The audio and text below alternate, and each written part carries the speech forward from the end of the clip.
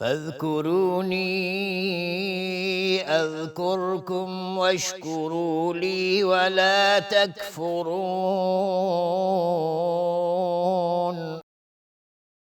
پس به یاد من باشید تا به یاد شما باشم و شکر مرا گویید و کفران نکنید. بسم الله الرحمن الرحیم. الحمد لله رب العالمین والصلاة والسلام علی سید المرسلین سیدنا و نبینا محمد و علی آله و صحبه اجمعین.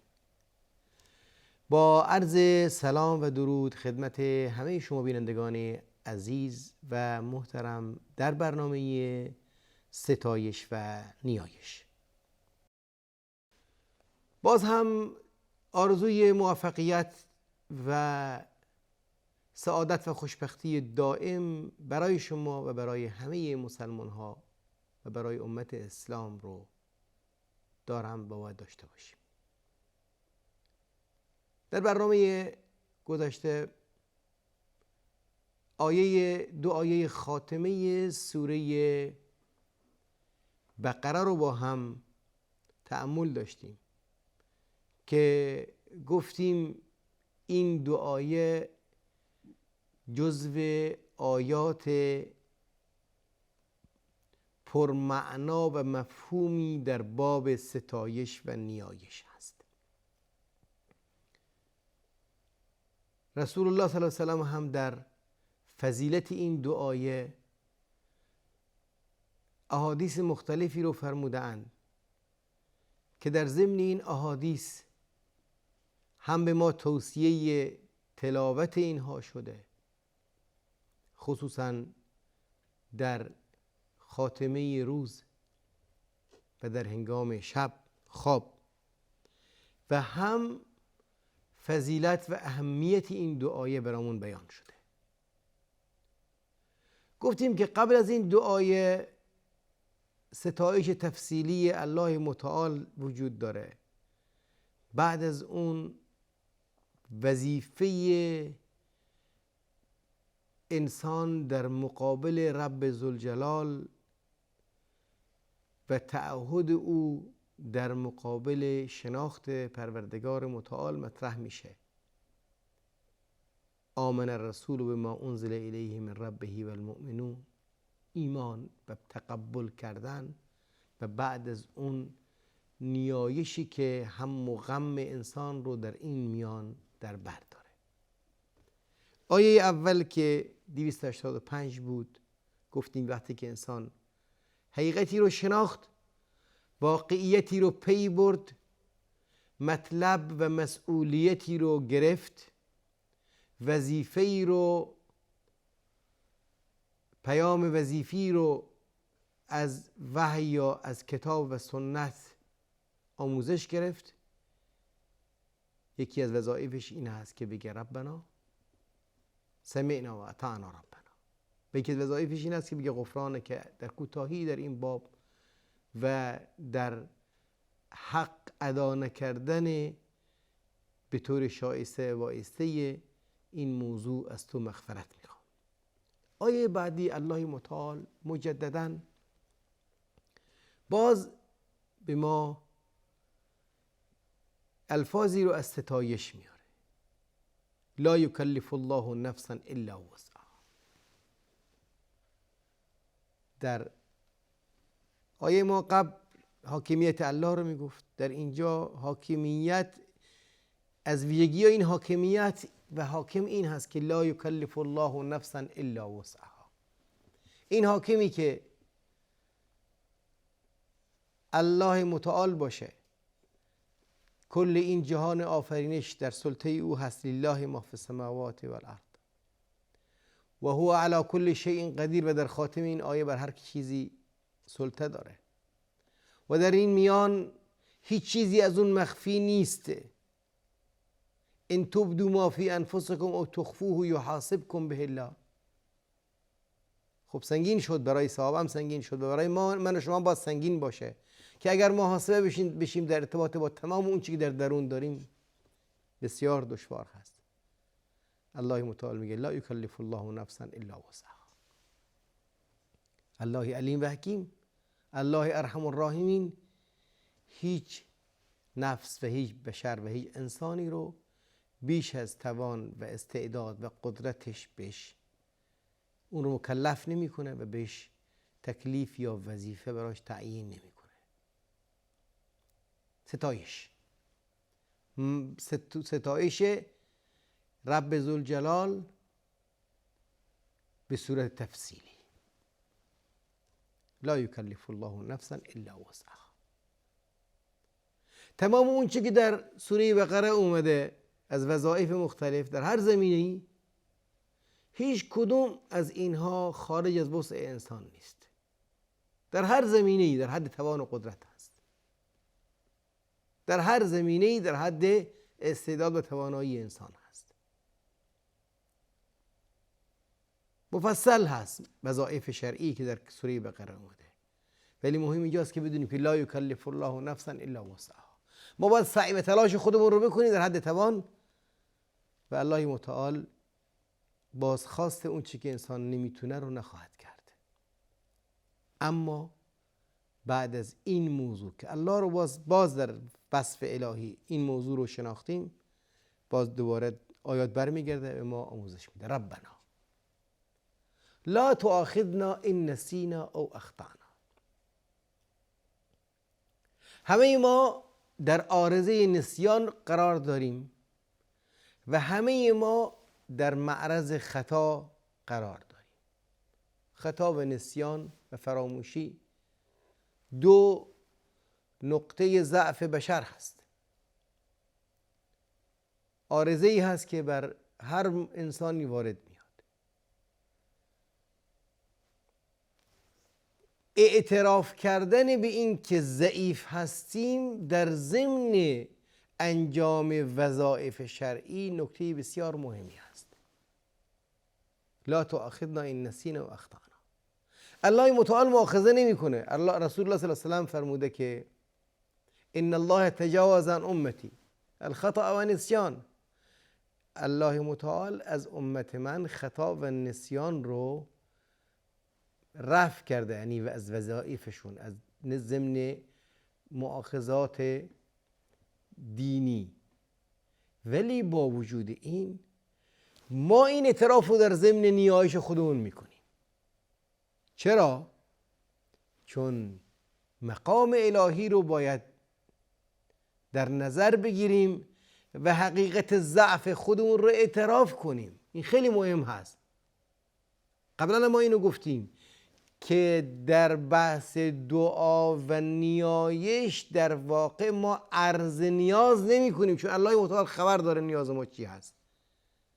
ما در حقیقت اظهار نیازمندی می کنیم. نیازمند بودن خودمون رو اعتراف می کنیم و قرآن و سنت به ما نیازهای حقیقی ما رو به ما تذکر میده. یکی از نیازهای ما در باب نسیان هست و خطا هست. برای اینکه ما این ضعف خودمون رو جبران کنیم، اول اعتراف به این ضعف هست به درگاه الهی. ربنا لا تؤاخذنا ان نسینا او اخطأنا. اعتراف به این ضعف هست که در درونمون وجود داره. به خودمون و قدرت خودمون مغرور نباشیم. اون چیزی که داریم از الله داریم و در عین حال این ضعف در دو بعد نسیان و فراموشی و توان و قدرت، خطا و اشتباه به طور طبیعی در هر انسانی وارد است. همیشه اینو بگیم ربنا لا تؤاخذنا ان نسینا و اخطأنا. در هر عملکرد خودمون، در هر فعالیت خودمون، در هر عبادت خودمون، در هر کار نیکی که انجام میدیم، هیچگاه به خودمون مغرور، به عمل خودمون مغرور نباشیم.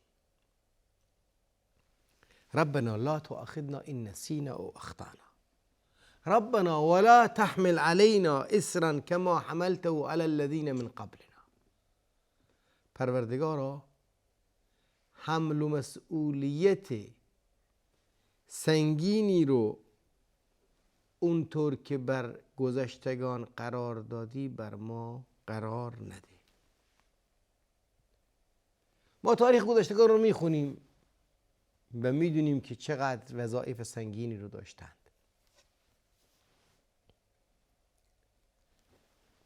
اعتراف کردن به ضعف خود و باز قدرت دیگران یا اینکه فضیلت داشتن دیگران نکته خیلی مهمی هست.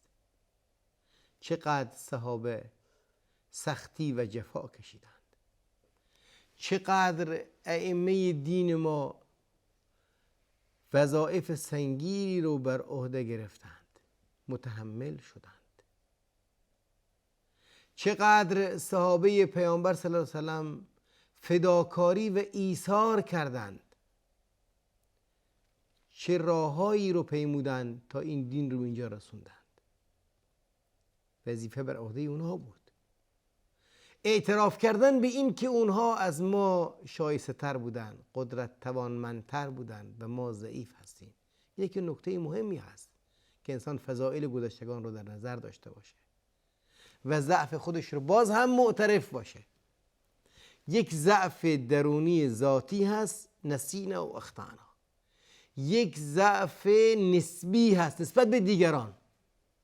هیچگاه خودمون رو نسبت به دیگران برتر ندونیم.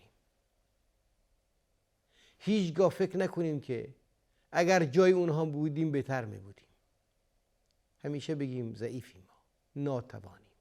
این ناتوانی و ضعف، اعتراف ناتوانی و ضعف به درگاه الهی یکی از مهمترین آموزه هایی است که در بحث نیایش و ستایش، دعا و ذکر باید مد نظر قرار بدیم تا اینکه خشوع و خضوع بیشتری رو در بر داشته باشه و واقعیت بیشتری رو اعتراف کنیم. ربنا ولا تحملنا ما لا طاقت لنا به. پروردگارا اون چی که ما طاقتشو نداریم، قدرتشو نداریم، برام ما رو به مسئولیت به ما واگذار نکن. حمل و بار سنگین بیش از توان بر عهده ما نگذار. اعتراف هست همه اینها. جالب هست اول آیه میگه لا یکلف الله نفسا الا وسعها. الله متعال در وصف الله متعال این دو به ما آموزش داد که الله متعال کسی رو بیش از توان و قدرتش مسئولیت نمیده. ولی در اینجا دوباره ما دعا میکنیم که لا تحملنا ما لا طاقت لنا به. چرا؟ چون باز هم اعتراف هست که الله متعال قادر و مالک حقیقی هست. رحمتش این هست که لا یکلف الله نفسا الا وسعها، ولی اگر بکنه کی هست که از اون بپرسه؟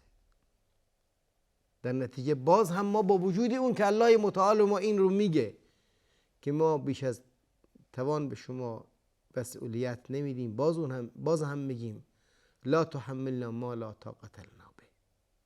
تو میدونی که ما طاقتمون، صبرمون، شکیباییمون، توانمون چقدر هست. اون چی که نمیتونیم رو بر دوش ما نگذار. ضعف ما رو در نظر بگیره. همه اینا اعتراف هست. اعتراف به ضعف، اعتراف به ناتوانی، اعتراف به این که هر کدوم از ما در معرض لغزش، نسیان و غفلت قرار داریم. فقط التجا به درگاه الهی هست که ما رو از این ضعف و ناتوانی میتونه خلاص بکنه. واغفر لنا ربنا ولا تحملنا ما لا طاقت لنا به واعف عنا واغفر لنا. از ما درگذر، ما رو مؤاخذه نکن. اگر الله متعال ما رو مؤاخذه بکنه، هیچ احدی نمیتونه در این مؤاخذه الهی موفق بیرون بیاد. رسول الله صلی الله علیه و آله میفرمایند که هیچ احدی به بهشت داخل نمیشه مگر اون کسی که الله متعال اون رو با رحمت خودش پوشش بده. گفته میشه که حتی انت یا رسول الله، میگن حتی انه. کی میتونه شکر الله رو اونطوری که شایسته نعمت‌های او هست به جا بیاره؟ کی میتونه سپاس الله رو اونطوری که جایگاه و مقام او هست رو به زبون بیاره؟ کی میتونه اطاعت الله رو اونطوری که باید و شاید هست به جا بیاره؟ هیچ کسی. در نتیجه بگیم واعف عنا، ما رو مؤاخذه نکن، از ما درگذر. واغفر لنا، و ما رو بپوشون، یعنی عیوب ما رو، ضعف ما رو، ناتوانی ما رو. عفو و مغفرت هر دوشون در بحث کوتاهی ها و قصور و گناهان مطرح است. عفو در بحث مؤاخذه گناه هست و مغفرت در بحث بقایای اثر گناه است. نتیجه و اثر گناه رو از ما دور نگه دار و ما رو مؤاخذه نکن. واعف عنا واغفر لنا وارحمنا، ما رو با رحمت خودت پوشش بده پروردگارا. رحمت او هست که میتونه مغفرت رو و عفو او رو برامون شامل بشه، شامل حال ما بشه. انت مولانا، تو هستی سرپرست ما، تو هستی آقای ما، تو هستی دستگیرنده ما، تو هستی یاور ما، تو هستی محبوب ما. واژه مولا معانی بسیار متعددی داره. به معنای مالک میاد، به معنای معبود میاد، به معنای سید و آقا میاد و به معنای محبوب هم میاد، نزدیک هم میاد. انت مولانا فانصرنا علی القوم الکافرین، ما رو در این گیر و دار در گیری هایی که وجود داره ما رو نصرت بده تا اینکه بتونیم بر دین خودمون پایدار و ثابت قدم بمونیم. باز هم میگیم واعف عنا واغفر لنا وارحمنا انت مولانا فانصرنا علی القوم الکافرین، تا بتونیم در وظایف شرعی خودمون، در عمل کردن به شریعت نازل شده از جانب پروردگار خودمون موفقیت رو حاصل کنیم. الله یار و نگهدارتون باد. السلام علیکم و رحمت الله و برکاته.